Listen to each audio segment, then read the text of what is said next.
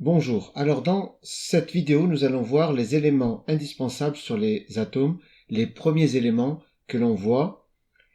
Et le premier point qu'on va se demander, c'est les atomes sont les constituants de toute matière dans l'univers et sont modélisés par des sphères. En effet, si vous vous posez la question où se trouvent les atomes, eh bien on en trouve déjà dans nous-mêmes, nos lunettes, ce qu'il y a dehors, les vélos, les arbres, les buissons, la route.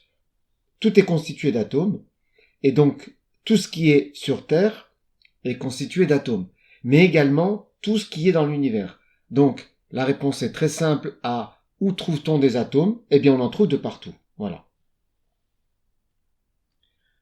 Il existe plusieurs sortes d'atomes qu'on va représenter par des sphères. Alors, si on regarde l'hydrogène, eh bien ça va être une sphère blanche. Du carbone, une sphère noire, mais ce sera toujours une sphère. On verra qu'on peut dessiner une sphère de cette manière, en 3 dimensions, ou tout simplement, comme ça, comme c'est indiqué ici.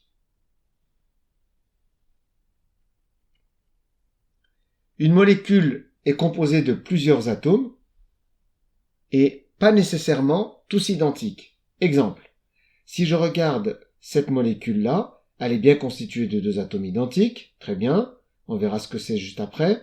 Celle-là identique, pareil, mais celle-ci, qui est très connue, elle est constituée d'un atome rouge, qui sera l'oxygène, et des 2 atomes blancs, qui sont les hydrogènes.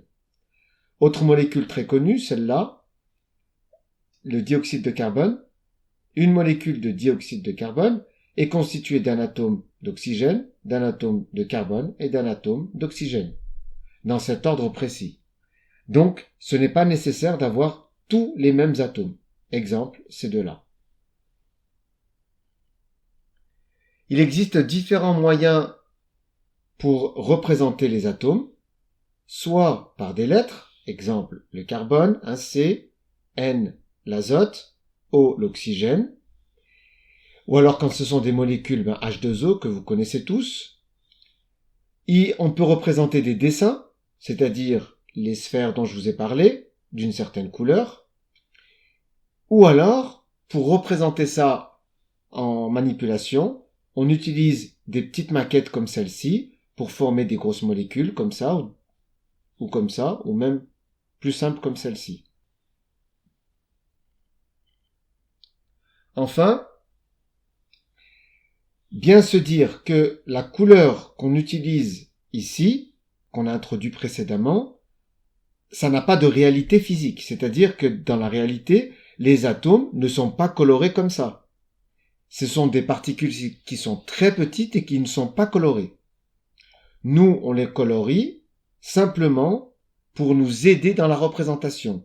Ainsi, quand on verra une molécule comme celle-ci, on sait qu'il y a un atome d'oxygène et 2 atomes d'hydrogène.